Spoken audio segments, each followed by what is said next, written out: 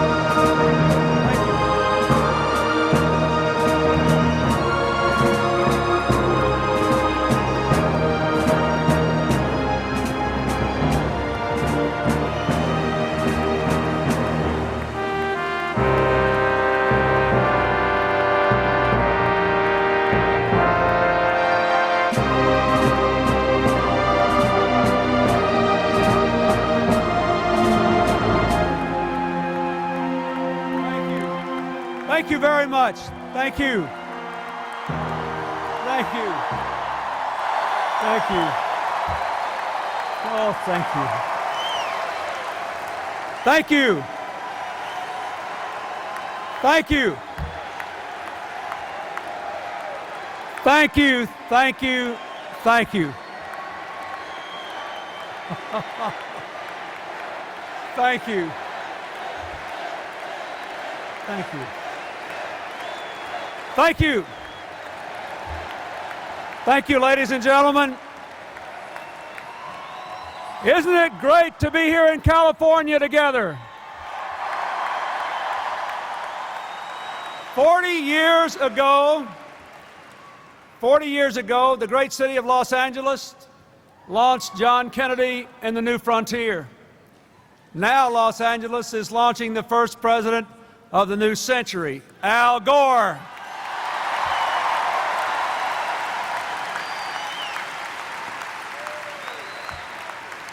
I come here tonight, above all, to say a heartfelt thank you. Thank you. Thank you for giving me the chance to serve. Thank you for being so good to Hillary and Chelsea. I am so proud of them. And didn't she give a good talk? I thought it was great. I thank you for supporting the new Democratic agenda that has taken our country to new heights of prosperity, peace, and progress. As always, of course, the lion's share of the credit goes to the American people who do the work, raise the kids, and dream the dreams. Now, at this moment of unprecedented good fortune, our people face a fundamental choice. Are we going to keep this progress and prosperity going? Yes, we are. But, my friends, we can't take our future for granted. We cannot take it for granted. So let's just remember how we got here. 8 years ago, when our party met in New York, it was in a far different time for America.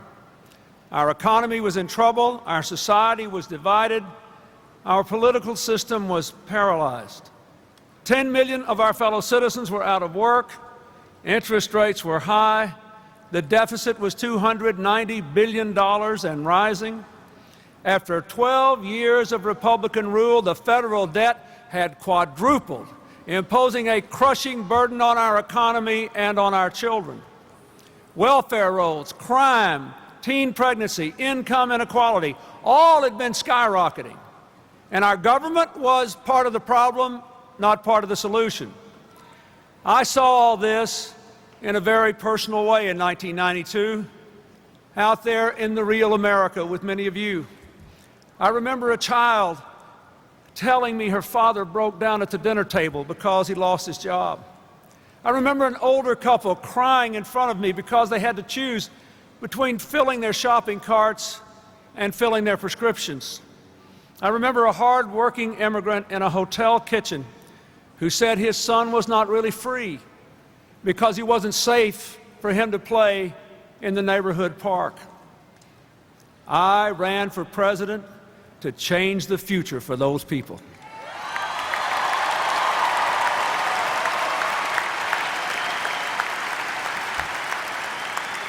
And I ask you to embrace new ideas, rooted in enduring values, opportunity for all, responsibility from all, and a community of all Americans. You gave me the chance to turn those ideas and values into action after I made one of the very best decisions of my entire life, asking Al Gore to be my partner.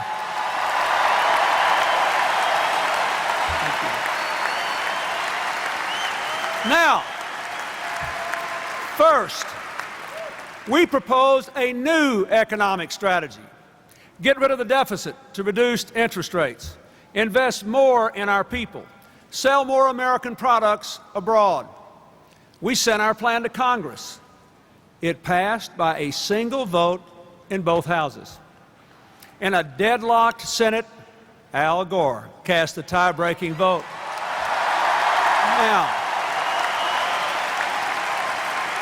Now, not a single Republican supported it.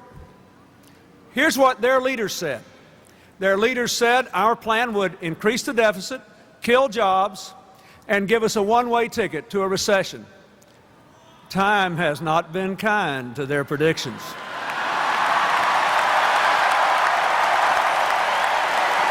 Now,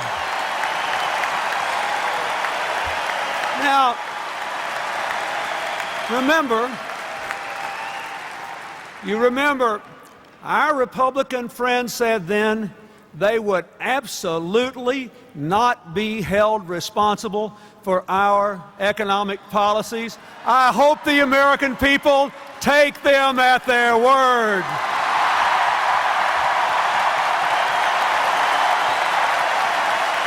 Thank you.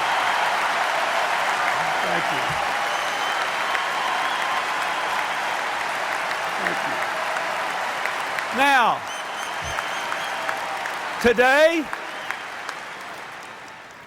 after 7.5 years of hard effort, we're in the midst of the longest economic expansion in history.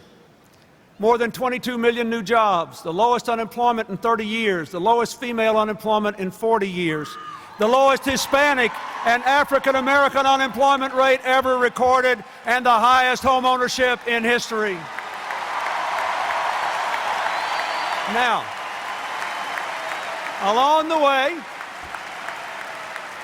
in 1995, we turned back the largest cuts in history in Medicare, Medicaid, education, and the environment.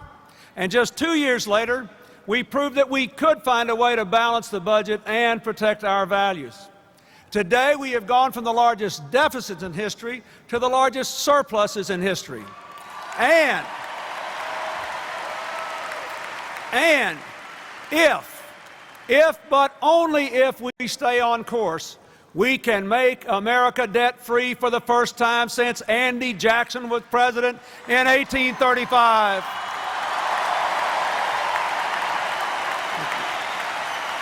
Now,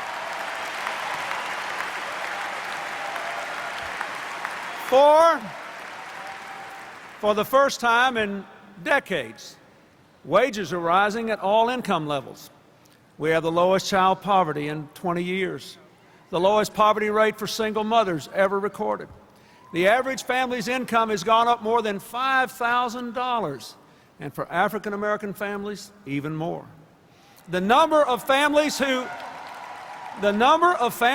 own stock in our country has grown by 40%. You know, Harry Truman's old saying has never been more true.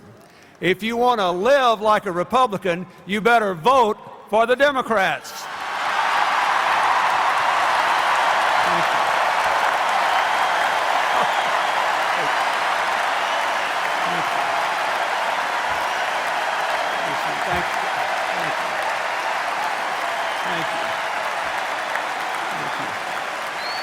Now, but our progress is about far more than economics. America is also more hopeful, more secure, and more free. We're more hopeful because we're turning our schools around with higher standards, more accountability, more investment. We have doubled funding for Head Start and provided after-school and mentoring to more than 1 million more young people. We're putting 100,000 well-trained teachers in the early grades to lower class size. 95% of our schools are already connected to the internet. Reading, math, and SAT scores are up, and more students than ever are going on to college, thanks to the biggest expansion of college aid since the GI Bill 50 years ago. Now, don't let anybody tell you that all children can't learn or that our public schools can't make the grade. Yes, they can. Yes, they can. Now, we're also more hopeful because we ended welfare as we knew it. Now those who can work must work. On that, we and the Republicans agreed. But we Democrats also insisted on support for good parenting so that poor children don't go hungry or lose their health care. Unmarried teens stay in school, and people get the job training, child care, and transportation they need. It has worked. Today, there are more than 7.5 million people who've moved from welfare to work, and the welfare rolls in our administration have been cut in half. Now, we're more hopeful because of the way we cut taxes to help Americans meet the challenges of work and child rearing. This year alone, our Hope Scholarship and Lifelong Learning tax credits will help 10 million families pay for college. Our Earned Income Tax Credit will help 15 million families work their way into the middle class. 25 million families will get a $500 child tax credit. Our Empowerment Zone tax credits are bringing new businesses and new jobs to our hardest-pressed communities, from the inner cities to Appalachia to the Mississippi Delta to our Native American reservations. And the typical American family today is paying a lower share of its income in federal income taxes than at any time during the past 35 years.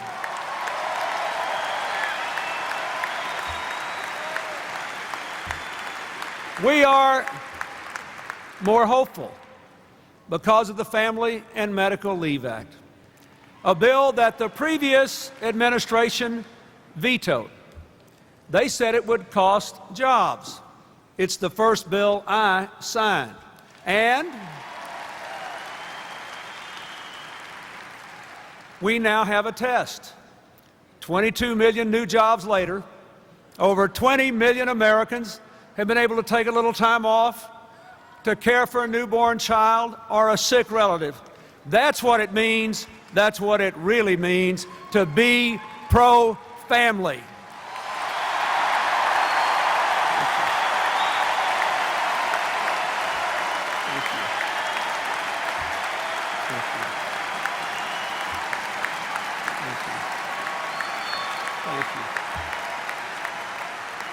We are a more secure country because we cut crime with tougher enforcement, more than 100,000 new community police officers, a ban on assault weapons, and the Brady Law, which has kept guns out of the hands of 500,000 felons, fugitives, and stalkers. Today, crime in America is at a 25-year low.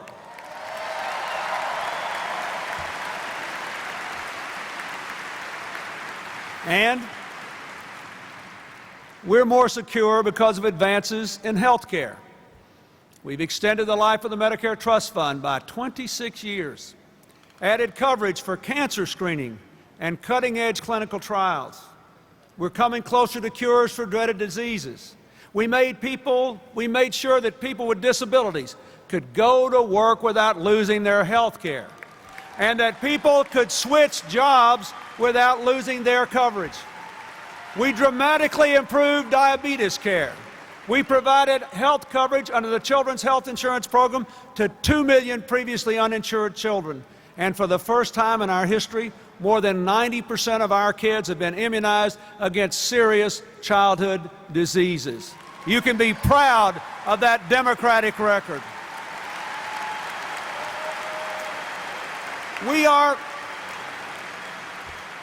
We're more secure because our environment is cleaner. We've set aside more land in the lower 48 states than any administration since Teddy Roosevelt. Saving national treasures like Yellowstone, the Great California Redwoods, the Florida Everglades. Moreover, our air is cleaner, our water is cleaner, our food is safer, and our economy is stronger. You can grow the economy and protect the environment at the same time.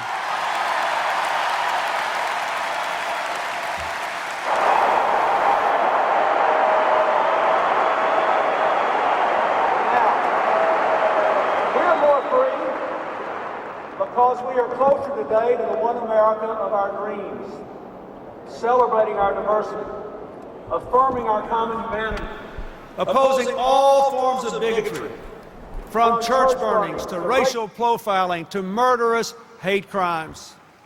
We're fighting for the employment non-discrimination legislation and for equal pay for women.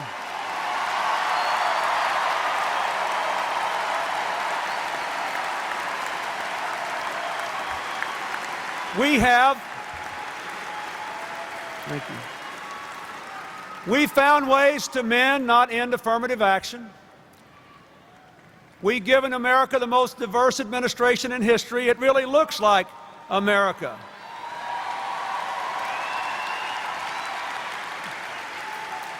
You know, if I could just get my administration up here, it would be just as good a picture as anything you saw a couple of weeks ago in Philadelphia. The real people running it.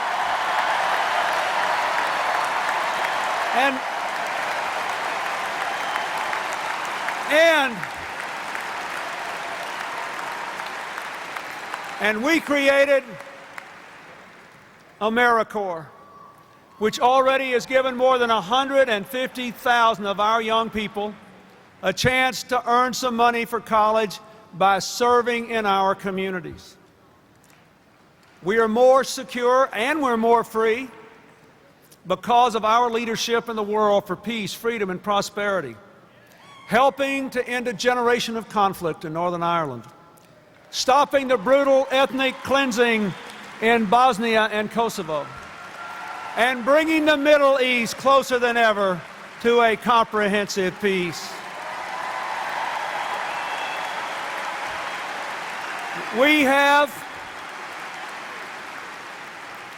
We built stronger ties to Africa, Asia, and our Latin American and Caribbean neighbors. We brought Poland, Hungary, and the Czech Republic into NATO. We're working with Russia to destroy nuclear weapons and materials. We're fighting head-on the new threats and injustices of the global age: terrorism, narco-trafficking, biological and chemical warfare, the trafficking in women and young girls, and the deadly spread of AIDS. And in the great tradition of President Jimmy Carter, who's here tonight, we are still the world's leading force for human rights around the world. Thank you, President Carter.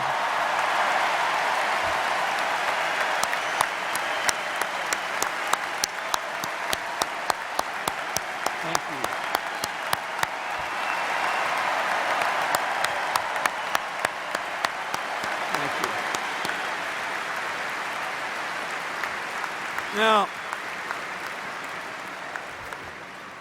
the American military is the best trained, best equipped, most effective fighting force in the world.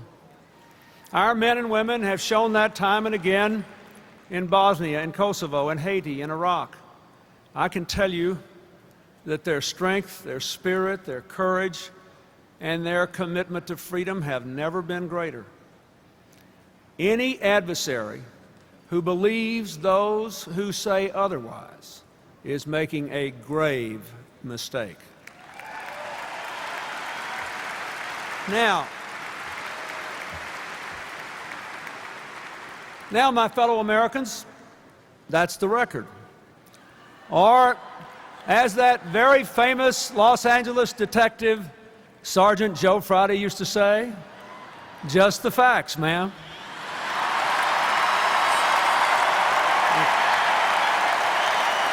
Let's remember, I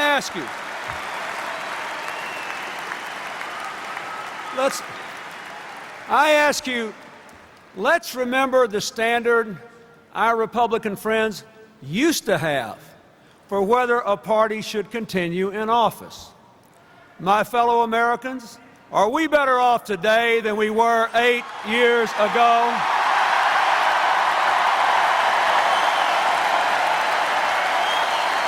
You bet we are. You bet we are.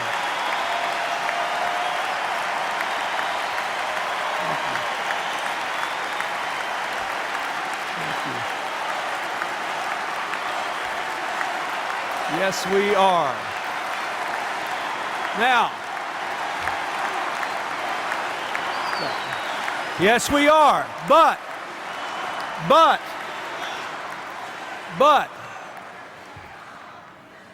yes, we are. But we're not just better off, we're also a better country.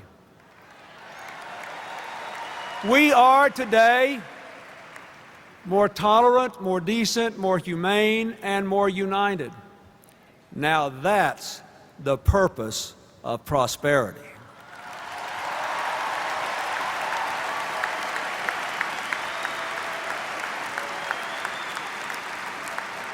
Since 1992, America has grown not just economically, but as a community. Yes, jobs are up, but so are adoptions. Yes, the debt is down, but so is teen pregnancy. We are becoming both more diverse and more united. My fellow Americans, tonight we can say with gratitude and humility, we built our bridge to the 21st century. We crossed that bridge together, and we're not going back.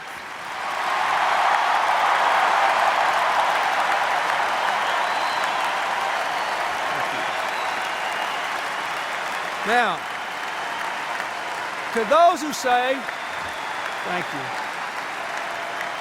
thank you, thank you, thank you, thank you, thank you.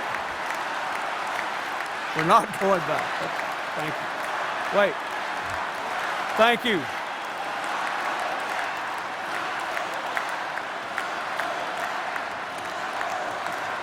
To those who say,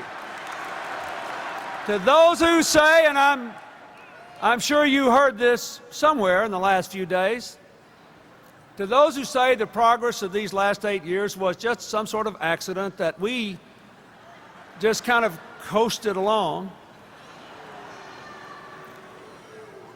let me be clear.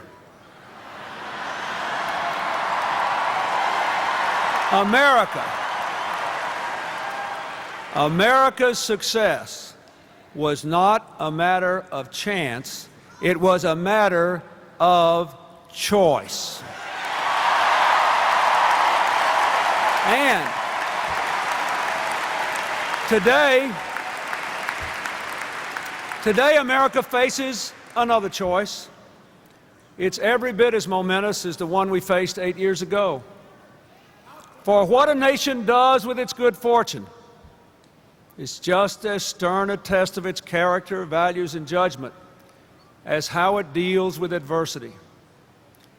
My fellow Americans, this is a big election with great consequences for every American, because the differences, the honest differences between our candidates and their visions are so profound. We can have a good old-fashioned election here. We should posit that our opponents are good, honorable, patriotic people, and that we have honest differences. But the differences are there. Consider this, just this.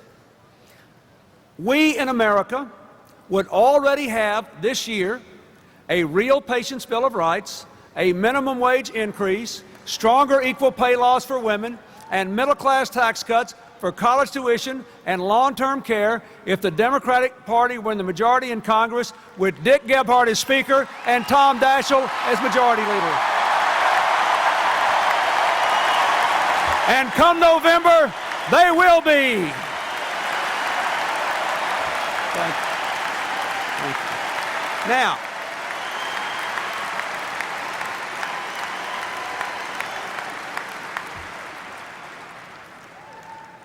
that has to be clear to people. And that's why every House and every Senate seat is important. But if you'll give me one moment of personal privilege, I'd like to say a word about Hillary. When I first met her 30 years ago, she already had an abiding passion to help children, and she's pursued it ever since. Her very first job out of law school was with the Children's Defense Fund. Every year I was governor, she took lots of time away from her law practice to work for better schools or better children's health or jobs for parents who lived in poor areas. Then when I became president, she became a full-time advocate for her lifetime cause. And what a job she has done. Kids. She's been a great First Lady. She's always been there for our family. And she'll always be there for the families of New York and America.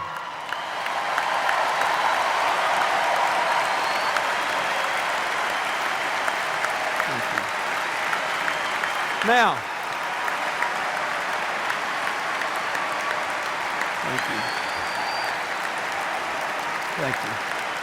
Of course, we all know that the biggest choice that the American people have to make this year is in the presidential race. Now, you all know how I feel.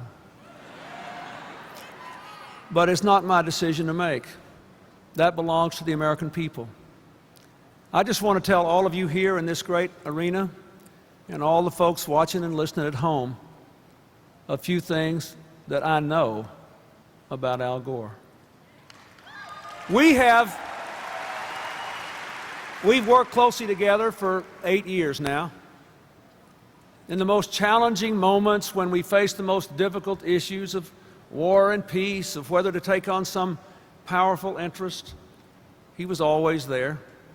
And he always told me exactly what he thought was right. Everybody knows he is thoughtful and hardworking, but I can tell you personally, he is one strong leader.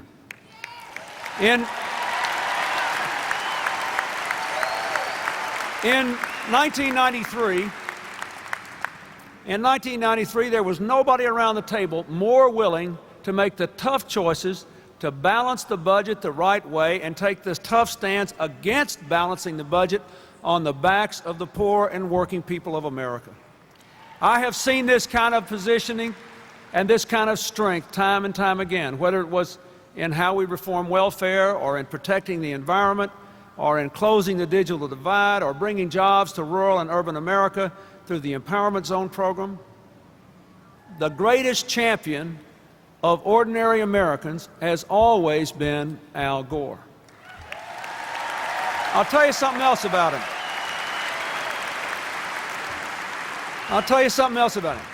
More than anybody else I've known in public life, Al Gore understands the future and how sweeping changes and scientific breakthroughs will affect ordinary Americans' lives. And I think we need somebody in the White House at the dawn of the 21st century who really understands the future.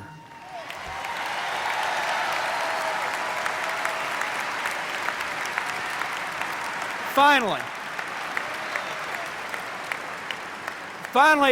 I want to say something more personal. Virtually every week for the last 7.5 years, until he became occupied with more important matters, Al Gore and I had lunch. And we talked about the business between us and the business of America. But we'd also often talk about our families, what our kids were doing, how school was going, what was going on in their lives. I know him. He is a profoundly good man. He loves his children more than life. And he has a perfectly wonderful wife who has fought against homelessness and who has done something for me and all Americans in bringing the cause of mental health into the broad sunlight of our national public life. We owe Tipper Gore our thanks.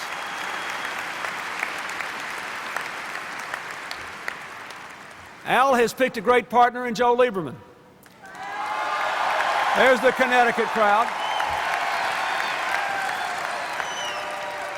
Hillary and I have known Joe for 30 years, since we were in Connecticut in law school. I supported him in his first race for public office in 1970 when I learned he had been a freedom rider, going into danger to register black voters in the then segregated South.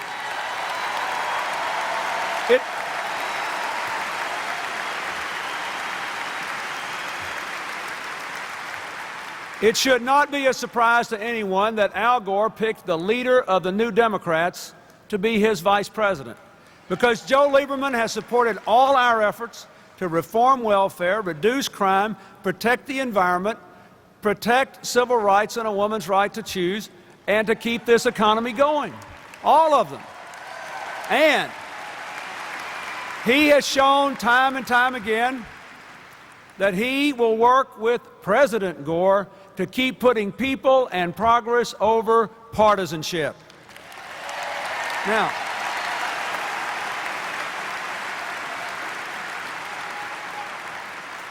Now it's up, frankly, to the presidential nominee and the vice presidential nominee to engage in this debate and to point out the differences.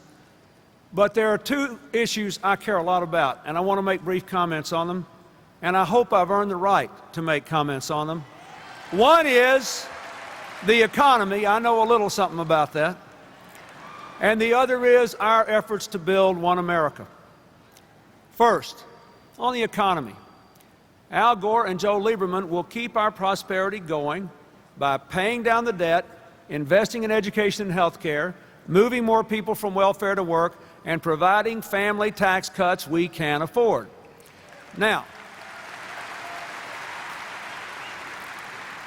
that stands in stark contrast to the position of our Republican friends. Here is their position. They say we have a big projected 10-year surplus, and they want to spend every dime of it and then some on tax cuts right now.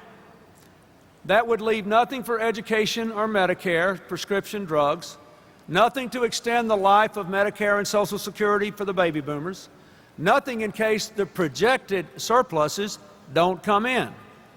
Now think about your own family's budget for a minute, or your own business budget. Would you sign a binding contract today to spend all your projected income for a decade, leaving nothing for your family's basic needs, nothing for emergencies, nothing for a cushion in case you didn't get the raise you thought you were going to get? Of course you wouldn't do that, and America shouldn't do it either. We should stick with what works. Now, let me say something to you that's even more important than the economy to me. When Al Gore picked Joe Lieberman, the first Jewish American to join a national ticket, to be his partner,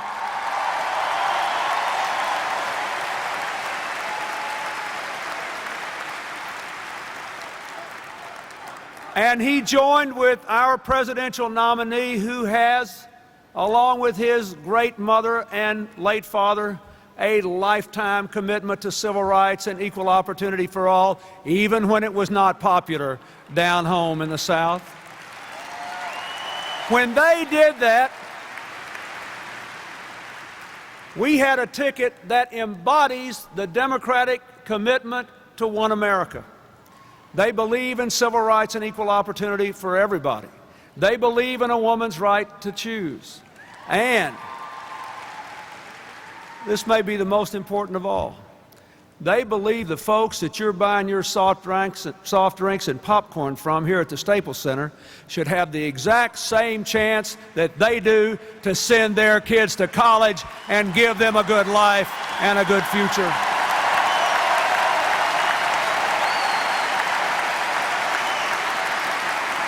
Now,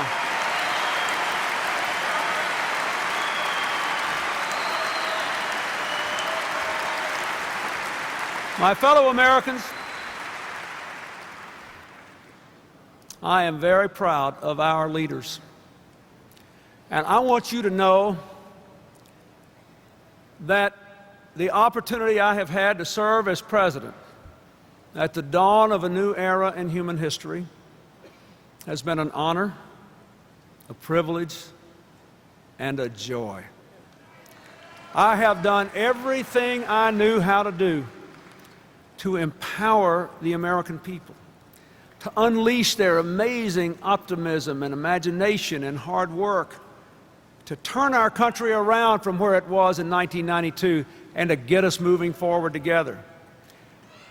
Now, what I want you to understand tonight is that the best is still out there. The best is yet to come if we make the right choices in this election year.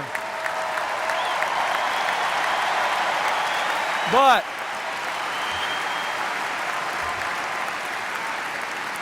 the choices will make all the difference. In February, the American people achieved the longest economic expansion in our history. When that happened, I asked our folks at the White House when the previous longest economic expansion was.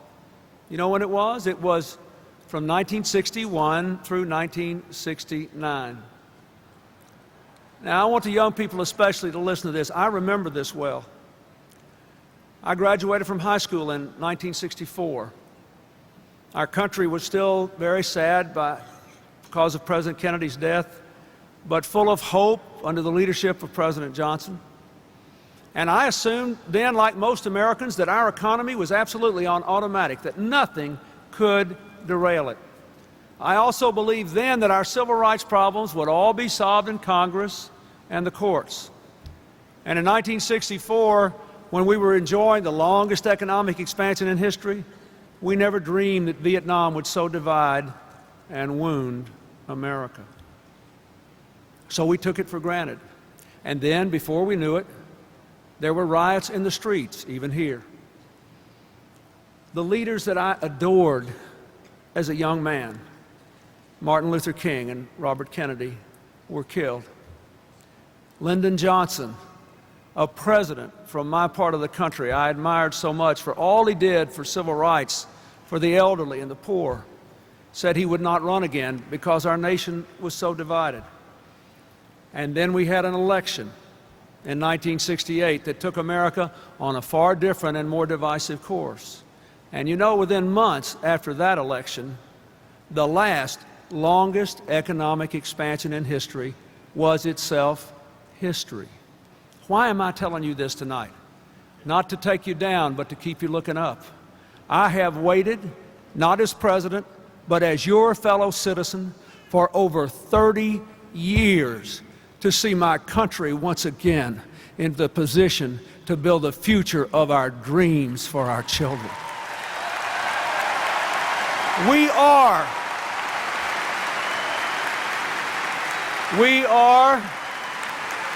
a great and good people, and we have an even better chance this time than we did then, with no great internal crisis and no great external threat. Still, I have lived long enough to know that opportunities must be seized or they will be lost.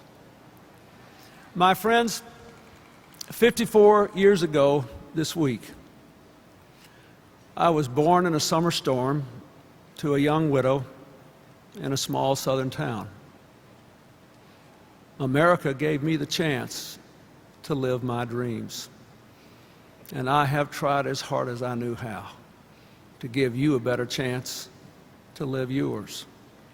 Now, my hair's a little grayer, my wrinkles are a little deeper, but with the same optimism and hope I brought to the work I loved so 8 years ago, I want you to know my heart is filled with gratitude. My fellow Americans, the future of our country is now in your hands.